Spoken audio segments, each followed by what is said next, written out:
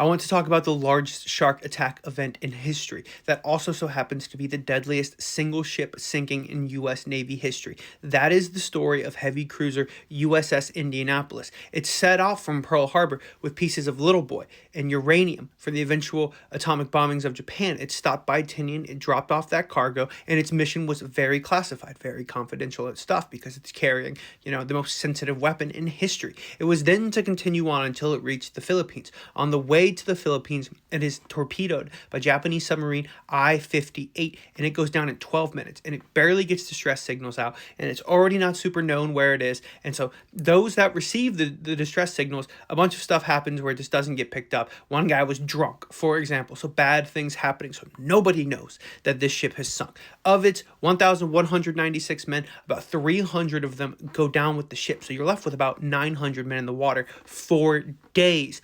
They get torpedoed around midnight, July 29th. They are not spotted, and when they are spotted, it's on just like a regular old mission. Nobody's looking for them. But on August 2nd, they're finally spotted about noon, and then their harrowing story of them getting picked up as sharks are still in the water. Shortly after they get torpedoed, sharks start showing up.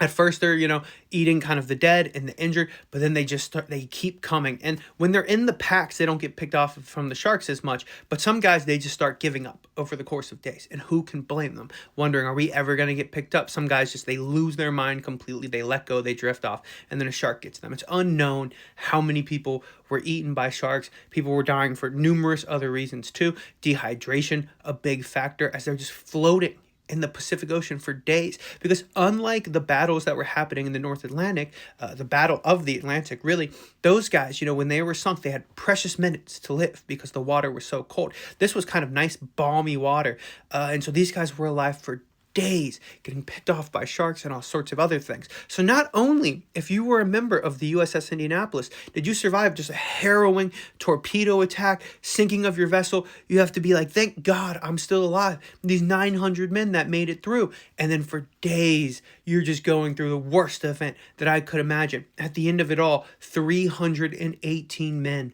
picked up at the end of this story. The deadliest single ship sinking in U.S. Navy history, right towards the end of World War II. Just a heartbreaking story all around.